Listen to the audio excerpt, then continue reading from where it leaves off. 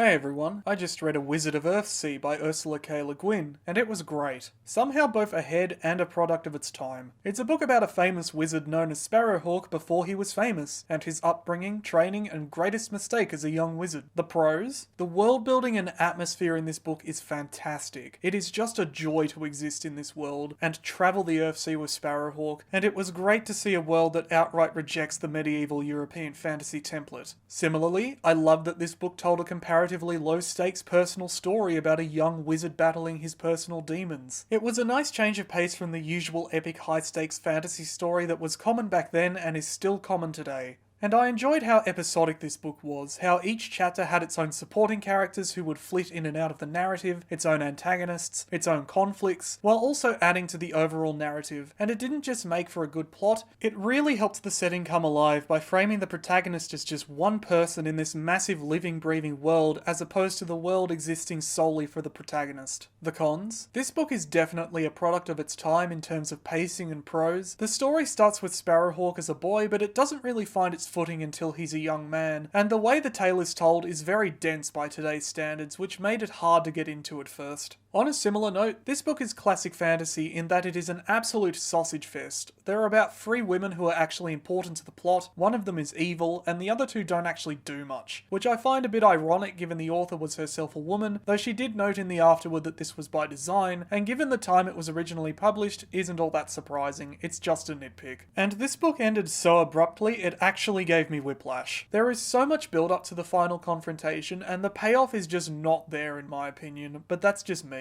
I loved this book, and I'm really happy someone suggested it because I don't think I ever would have read it otherwise. It's definitely a bit old-fashioned in the way it's written, but the story is wonderful, and if you're a fan of fantasy, I'd suggest you give it a read, especially if you're tired of the usual medieval European template. And I'm giving A Wizard of Earthsea an S. What should I read next? Comment a suggestion down below. If you enjoyed the review and want to see more, please like, subscribe, and share the video around. I'd really appreciate it. Thanks for watching.